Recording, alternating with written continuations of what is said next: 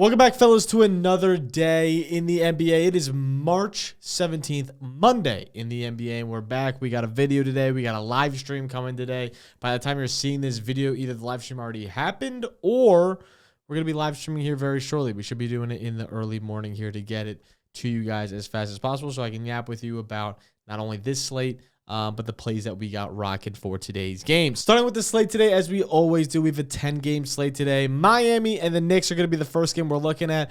Andrew Wiggins is the only one questionable in this game. Obviously, still no Jalen Brunson, so we see how that shakes the lineup up a little bit. But I still think the Knicks handle this at home. Minus 7.5 feels like a great line for them, or minus 7 that we're getting at, excuse me. I feel like it's a great spot. Obviously, if Andrew Wiggins does play, maybe it'll go a little bit closer, but for the most part, I like the Knicks to cover at home. Then we have Detroit and the Pelicans. I think Detroit wins this game pretty comfortably. Minus 6.5. Zion might not play. He's questionable. We'll see if he plays. Kelly Olynyk is also questionable. I think they both will, but there's a lot of question marks in the air for them. So if they don't play, Detroit absolutely destroys it. If they do play, I still like Detroit in this one at minus 6.5. I feel like the value still lies there with the favorite. Then we have the Minnesota Timberwolves against the Pacers. Minnesota's at home, minus 8. Mike Conley is playing. He's in. Rudy Gobert's questionable. Tyrese is questionable. Aaron Nesmith is questionable, along with Miles Turner. I think everyone's going to play. I don't think there's really going to be any rest. Maybe Rudy Gobert. But for the most part, I think everybody's going to play. I like the Pacers to cover here at plus 8. I feel comfortable with that line. This is coming off a back-to-back for Minnesota, so obviously I think the Pacers are going to be a little bit more juiced up to cover here. The spread 8 just feels a little bit far for me, so I'm definitely going to lean the Pacers there. Then we have Houston and the 76ers. Yeah, I think Houston covers this one pretty comfortably in this minus 15. It could be a blow. I kind of like that. 15 is just so far. It's just like, this is the starting lineup for Philly. This is like, listen to this. This is nuts. Imagine I told you this in the beginning of the year that this is going to be Philly's lineup in middle of March. Jared Butler, Quentin Grimes, Justin Edwards, Ricky Council IV, and Gershon. I can never say his name. Gershon. Yeah, you know who the fuck I'm talking about. I'm sounding stupid trying to pronounce it, so I can't pronounce it. I never can. I've heard it 1,000 times in my eardrums, and I still can't pronounce it myself. But, so yeah, those are the starters for Philly. Horrible. I think Houston's able to probably cover it here in just a blowout of a game, but we still have some value in that game a little bit for one of the lines I like. Chicago, minus 5.5 against the Jazz. I think they cover here. No KJ Martin probably for the Jazz. He's questionable. Doesn't look like he's going to play, but he might. Kobe White's playing. Everyone else is healthy for Chicago, so they should be able to be ready and rocking. I'm going to take Chicago there at the minus 5, so a lot of favor here that I like. The Wizards are plus 4.5, so Portland's favored 4.5 here against the Wizards. I like this spot for Portland, minus 4.5, but the Wizards have been playing some tough ball recently. I kind of want to lean the Wizards here, not going to lie. They've been kind of rolling. Jordan Poole's finally finding his stroke. Chris Middleton seeing a high load of minutes now. Sarr's been playing really good. I kind of want to take the Wizards here at plus 4.5, and that's what I'm going to do. Then we go to Memphis and the Kings. I like Memphis to cover here. I get there's no Ja Morant. I don't think that really matters. Jaren Jackson's playing. Sabonis is back, but I think he's still going to be limited. Don't really know. Everyone's like, oh, well, Sacramento's going to be back at full strength. I don't really think so, and I still think Memphis is just a better and deeper team here. I don't care that Sacramento's at home. I'm going to take Memphis here at plus 1. Then Phoenix. It's also a pick-em, so it's like, just who do you think is going to win? And then Phoenix at minus 9 against Toronto. I like that. We don't know if Emmanuel Quickley is going to play. We don't know if RJ Barrett's going to play. There's no Scotty Barnes. I think Phoenix can cover here pretty easily. Then we have Golden State and Denver. Golden State's minus 5. I like Denver to cover here. I feel like it's a really good spot for Denver to be dogs here. I get their away. Jamal's questionable. Nicholas questionable. Aaron Gordon's questionable. They're questionable every goddamn game. They're gonna play. I think they'll play here. No, same thing with Steph Curry's questionable, but they're all just listed as questionable. They're all gonna probably play. So I like Denver to cover there plus 5. And then we finally have the Lakers and the Spurs. Lakers are favored minus 9.5 on a back-to-back. Luka's questionable. I think he's going to play. Jackson Hayes questionable. I think he's also going to play. Victor Wembanyama and De'Aaron Fox-less. San Antonio Spurs.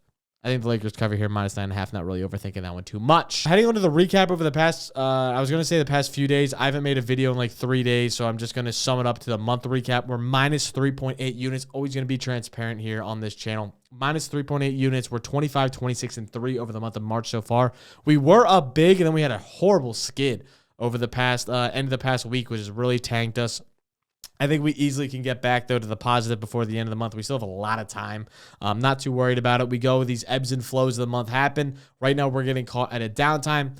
Easy time to bounce back. Love the 5 plays we have for today. Let's cash them all and easily get into that positive here today. Starting that is going to be Nikola Jokic to go over 12.5 rebounds. I love this spot. This is perfect for Jokic as Golden State allows the most rebounds to opposing centers in the past 10 games this season. He's also crushed this line in away games. 61% of his games in away games, he's hit over this mark in 8 of the last 10 games as well this season. Jokic is also averaging 20 rebound chances per game right now, which is more than enough for him to hit this line. Also, 6 of the last 9 centers have hit over on the rebounding lines versus Golden State. Should see a ton of volume in a great matchup. You'll love this spot for Jokic. I think this is a no-brainer. Then we have Asar Thompson to go over 9.5 points. I think this is also a great spot for him.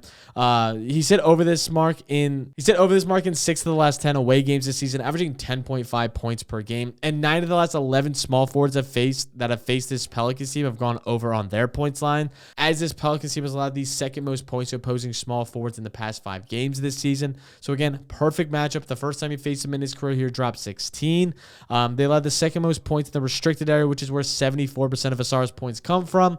Not only that, but they allow the second most points and third most points in transition and spot-up shots, which equals 42% of Asar's points. I think this is going to be a perfect matchup for him to go off. I understand with no Zion, this could turn into a blowout, but I still am going to lean that if Zion plays, this should be a no-brainer. He's going to be probably matched up on him for most of the game, and I think Asar can dominate and have a pretty good game here in this matchup. He's a pretty good player to predict when he has good matchups. We're staying with the Detroit theme, though, as Jalen Duren's going to go over 11.5 rebounds. He's gone over this mark in 5 of the last 7 games this season, averaging 11.5 rebounds per game, which is the exact mark we need him to hit. And Duren's in his last 10 games this season is averaging 20 rebound chances. So again, that 20 rebound chance mark is plenty enough to hit over this line. It's more than enough. And the Pelicans allow the second most rebounds to opposing centers this season, as well as the 6th most rebounds to opposing centers in the past 10 games this season.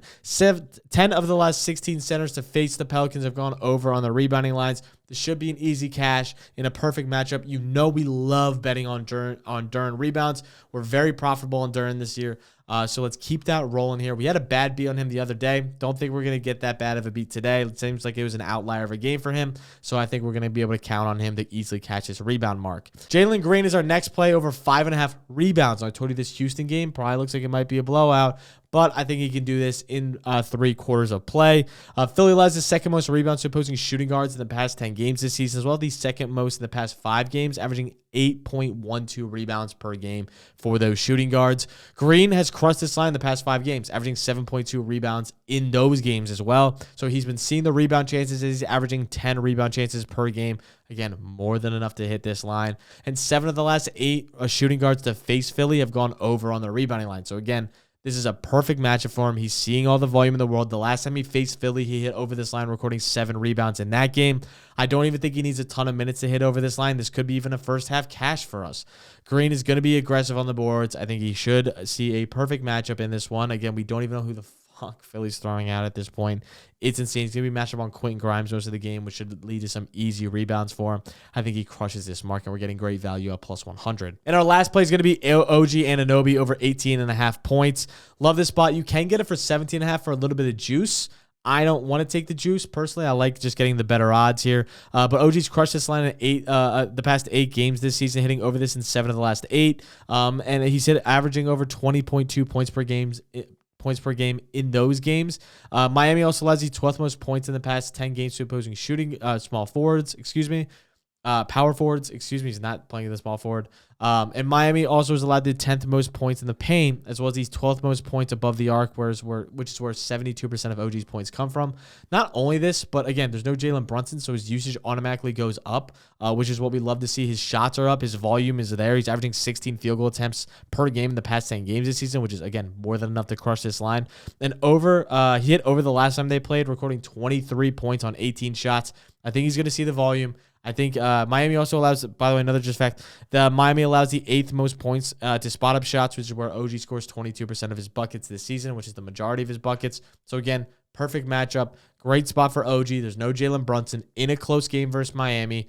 This should lead to a lot of minutes and a lot of field goal attempts for OG. So as long as he doesn't shoot like absolute dog shit, this should be an easy cash. Those are my 5 plays. I sped through them pretty fast. If you guys have any questions, make sure to come to the live. I can try to explain anything that you guys need explaining, or if you have questions on plays that I didn't go over, or if you like a play and you're like, Gutters, make sure you lock this in. Make sure to tune into the live, and make sure you guys like and subscribe to this channel. I put in a lot of time and effort to get you these plays every single day. So make sure to like, make sure to subscribe. It would mean the world to me. Make sure to hop in the Discord if you've not already. It's absolutely free to do that. So make sure you take advantage and get in there for free. I'll catch you guys next time. Peace.